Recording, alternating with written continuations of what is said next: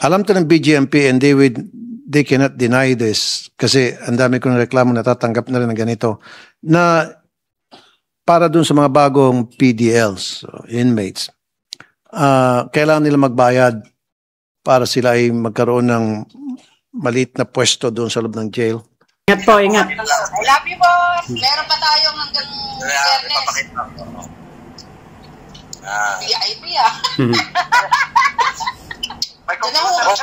Mabuhat na ho kayo dyan. Ayos lang Parang nasa hotel ka, boss. Oo nga, parang hotel eh. Laki yata ng mo dyan, sir. Sogo. Ano, okay. Sir, okay na bang mabulok kayo dyan?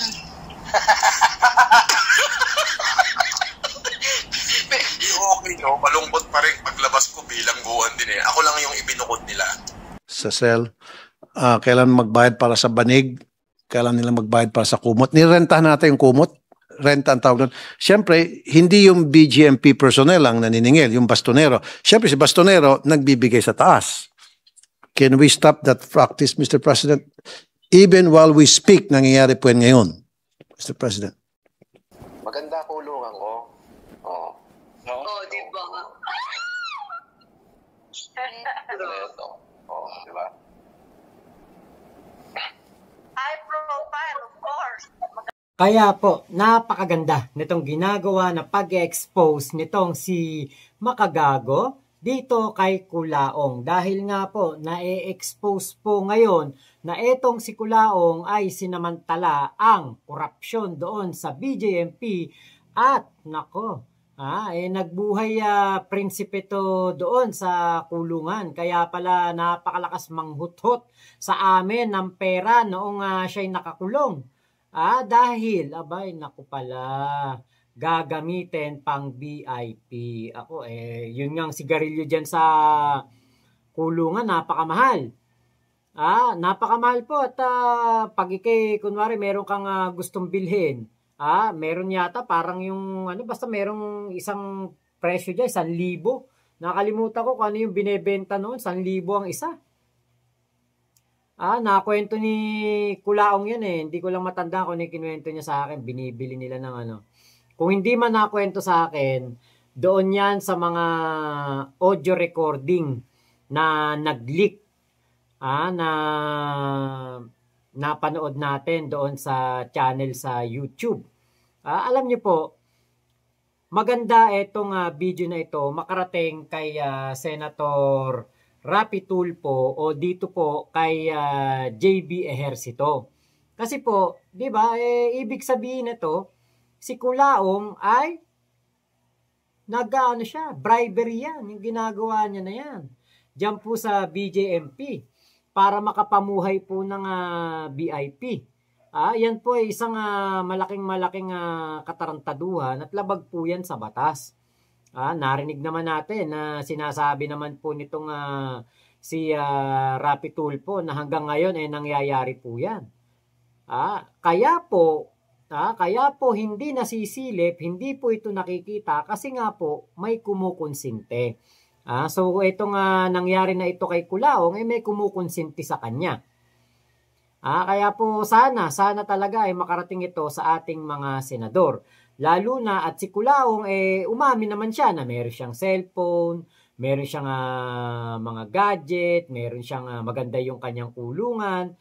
Inamin naman niya yan kahit sa vlog niya ngayon, 'di ba? Kaya sana talaga ay maipakalat po ninyo itong video na ito,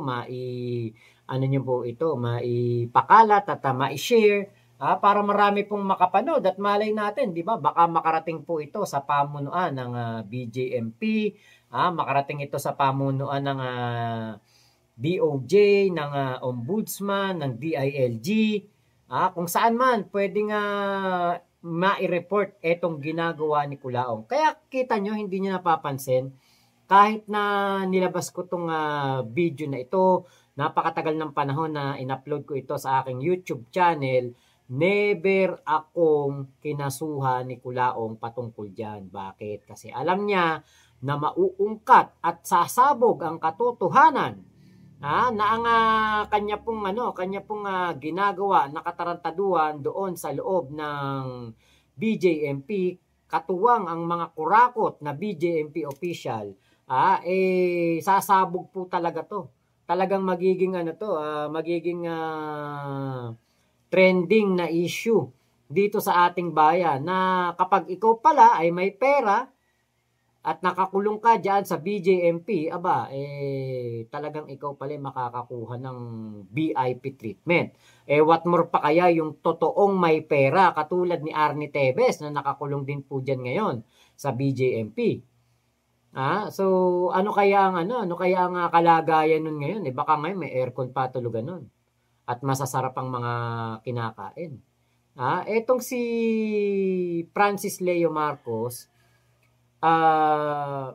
meron pa po yung kinukwento, meron pong nagkwento sa amin na nakakapagpapasok pa po ng mga babae at meron ding time na yung mga artista ay nakakapasok din sa kanyang, doon hindi naman sa kanyang kulungan, pero doon po sa loob ng BJMP din at nakakapag-meeting pa yan doon.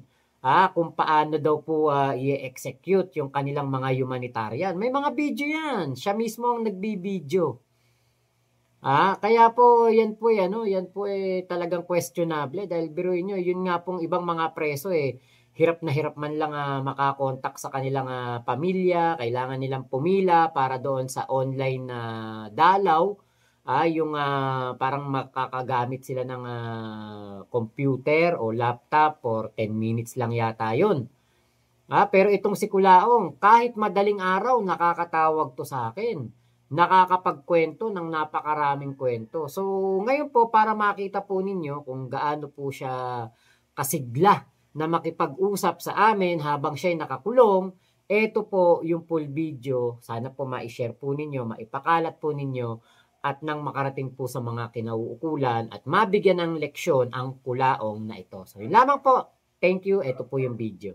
Putang ina, huwag mo nang banggitin sa akin yung Aimee na yan. Lahat ng FLF supporter galit yan.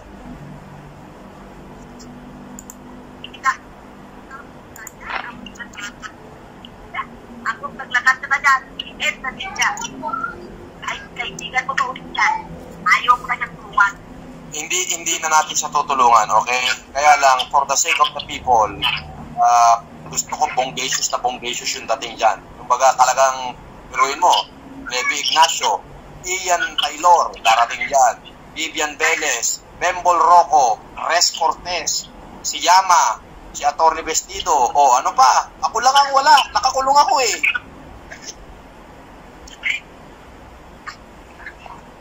Kami din wala. Pangalan lang ang darating doon yung sinasabi ko, dapat. Ang kailangan nilang malaman na even na nakakulong ako, I could not stop helping my fellow Cagayanos. The FLM family through the world, worldwide, yan ang talagang to the rescue para sa kanilang rehabilitation.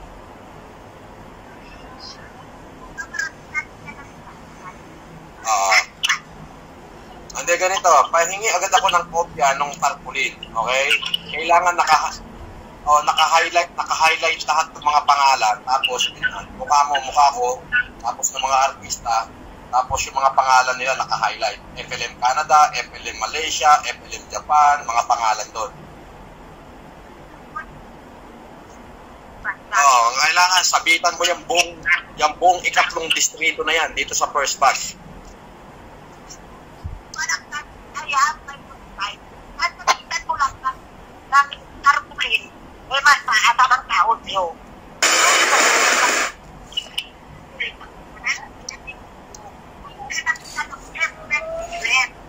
Kasi ako masasabi sa iban, mag-effort ko. Basta maraming tao. Ako lalagay ng tarpaulin. Huwag mo sasabi sa saan kasi ako ayaw ko yun. Okay.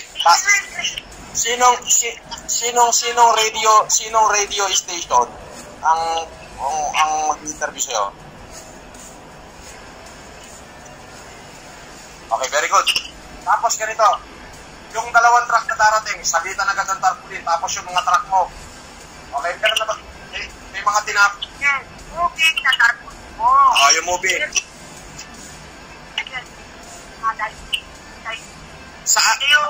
Kung saang kabarangay na dadapo at bayan na dadapo, doon mo masabit. Okay. O sige. Ganito. At least mga 5 malalaking tarpaulin yan.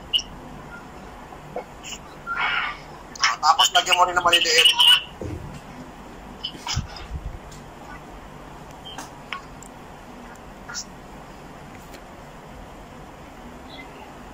Ano yun? 2 tonelada. 2 tons yun.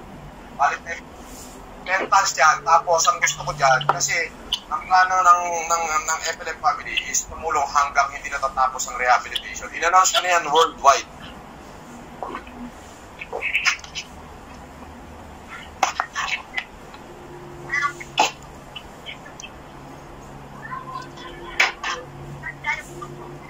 Okay, do it. Ikaw din naman yan eh. Hindi naman.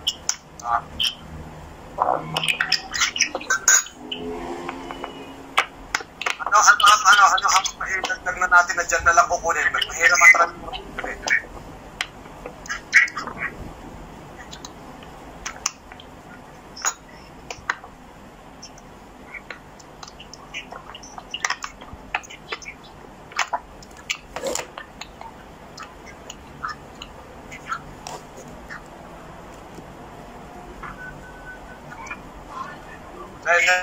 Pagpagkain, pura pagkain, distribution. Yes, pagpagkain, pura pagkain.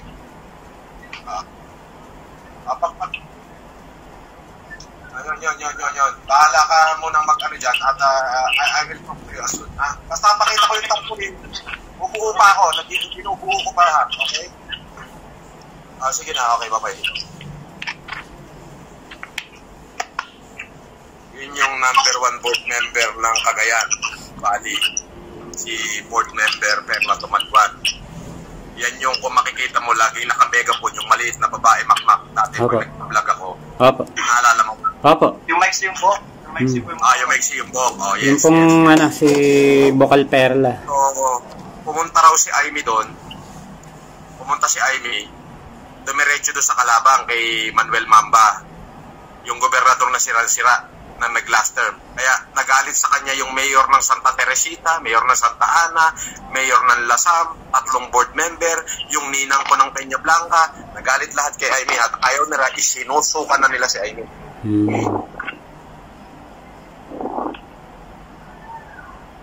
Well, anyway, what I'm trying to say, Boss, si Ate MC nagbigay na daw ng pera kasi pinisins ko siya. Nagbigay na daw siya. Si ate ko, nagbigay daw ng 1 million pero hindi ko alam kung saan niya binigay. Ngayon, sabi ko sa kanya, ate, kapatid mo ko, this is my fucking activity and you should have to be present here. Ayun naman, umuo naman kasi magpapa-heart raw siya, surgery ngayon 27. Boss, i-interviewin si si Vocal Perla sa radyo? I-interviewin si Vocal Perla sa radyo? Yes. Okay po. Saan nasabi niya po kung anong istasyon? Hindi pa, pero baka Bombo Radio yun. Okay po. Well, anyway, mas malaki ang vlog natin. Ang importante, yung activity was there. Okay? Pwede nyo nang i-vlog yung mga pangalan na tutunan. You can participate in that. Now, yung kasing pagkain, immediately need yan eh. Ngayon, ang mabigat yung rehabilitation, yan yung pinaghahandaan ko. Meron akong pera, why not? Meron akong pera, meron talaga. Pero this time, yung gagamitin kong pera para sa kaso ko, hindi na baling mabuhuro na ako rito. Ang importante, matulungan ko yung mga kababayan ko. And that's the principle of it. Now, I want all of you are with me. So we can show the world once again that the family of FLM is not mistakenly created by God. Itong pamilya na to, hindi ako nag-create nito eh. Ginusto ng Diyos na mangyari to at mabuo itong pamilya na to.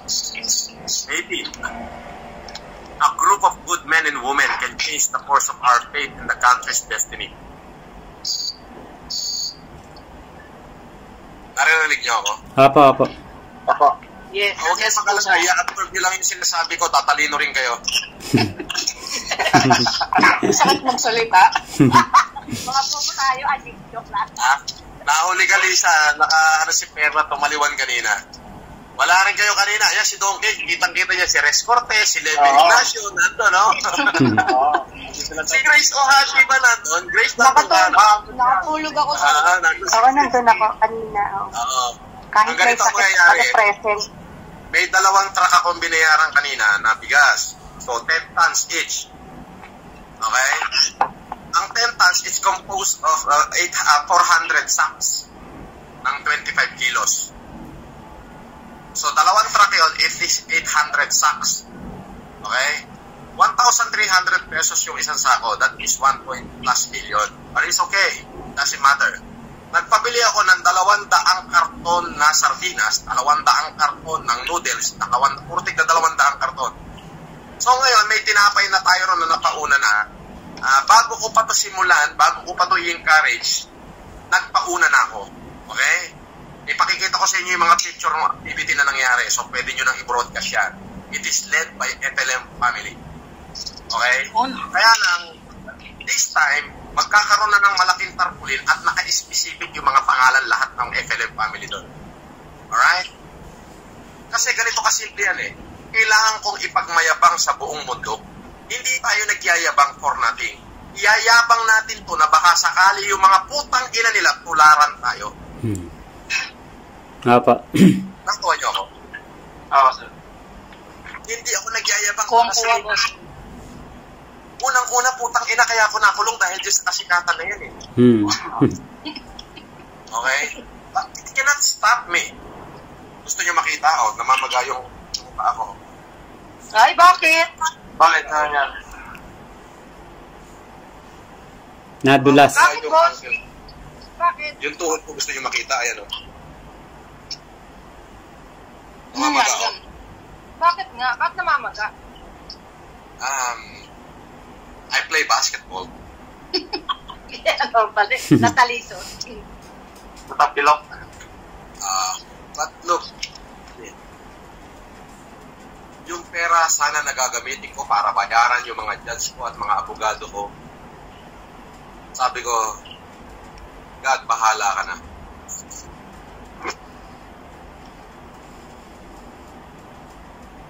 Dali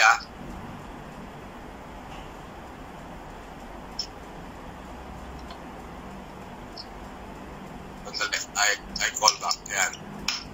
Alright. Sabi ko, God, bahala ka na.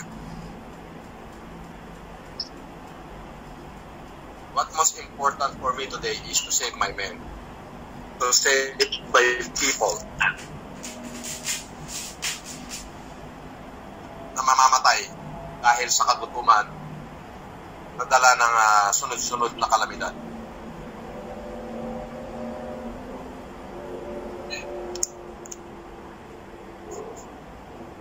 Yan. So, no pressure. Ulitin ko, huwag kayong mahiya.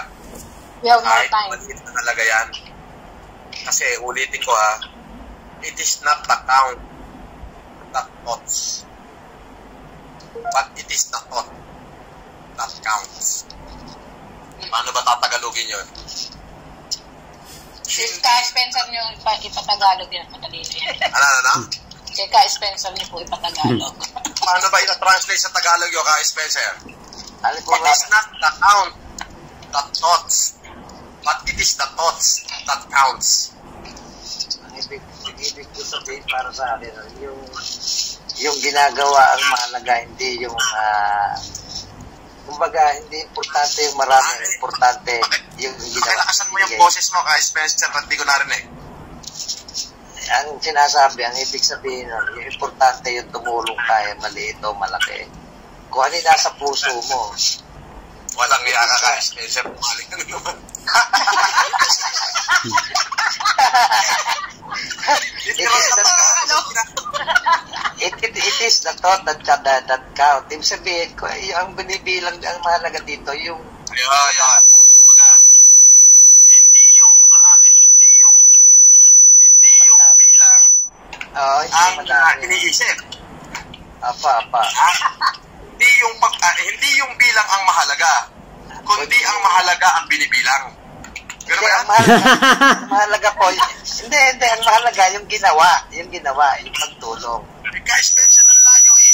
Ulitin ko ha. Touch nga po eh. It's not the count, but thoughts. But it is the thought that counts. Hindi binibilang ang iniisip. It's not Bilang ang usapan. Boss, nalilito ko. Walang bilang. Walang bilang ang Sa literal na yun, ang ibig sabihin nun, yung ginagawa ko, yung ginawa hindi mahalaga kung konti man o maliit. Marami.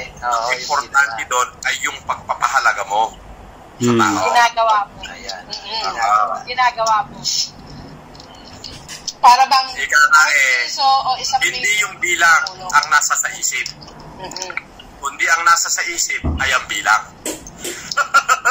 Napakagulo.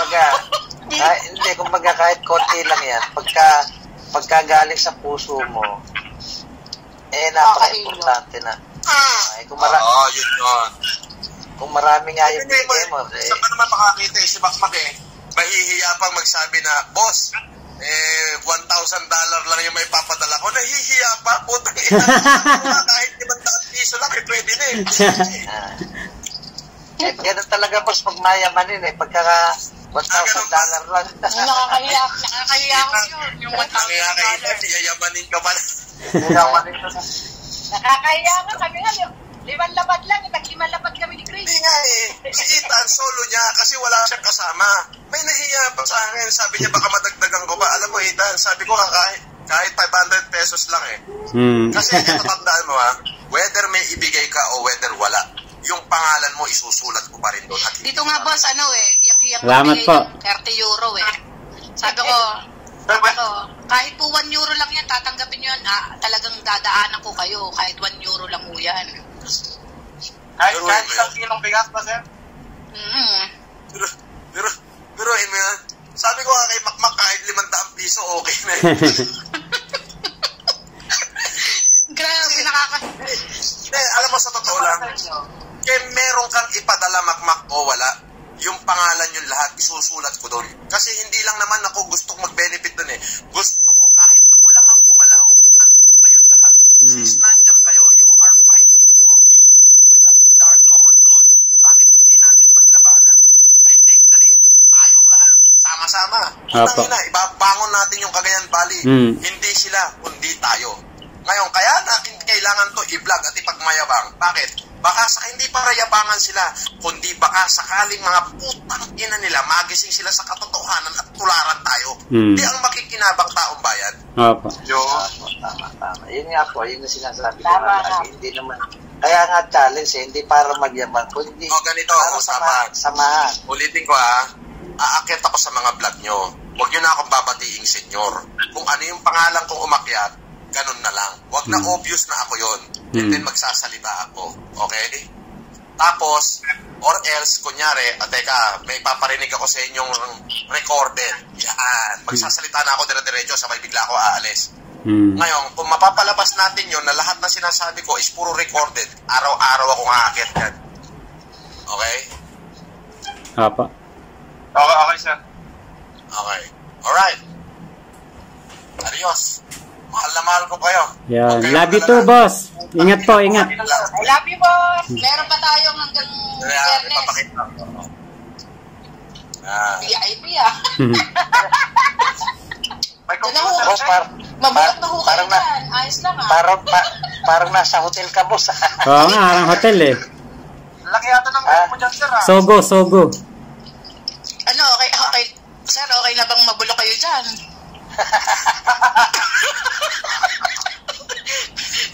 Okay, no? Malungkot pa rin paglabas ko bilang buwan din Ako lang yung ibinukod nila.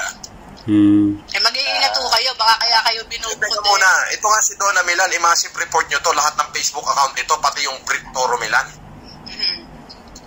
Pinagkakalat na. Pinamassive report na nga po yan. Brit Toro Milan. B-R-I-T-T then Toro and then Milan. Massive report nyo yung mga Facebook niya. Na-report ko. Lahat na po ng account na ginawa ko, ini-report ko. Hayop na yan eh. Malupit eh. May kademonyohan talaga yan, sir. Lahat ng account niyan, na, sabi ko nga, malaman ko lang kung kailan uuwi yan, papipitik ko sa maniyan eh. Kung may mani, paano kung may bayag, sir? Masyado salbahe. Ganun ang galit. Sige na. Nabasted. Ayan, Bye po. Ingat po. Malaman ka namin, ha? Salamat po. Lalo naman ako. Mama Chup-Chup. Huwag niyo na akong tanongin kung gaano ko kayo kamahal. I love you. Mama Chup-Chup. Ingat po. Sige, boss. Spencer. Apa. Sige po. Bye-bye po. Bye pa. Nakalag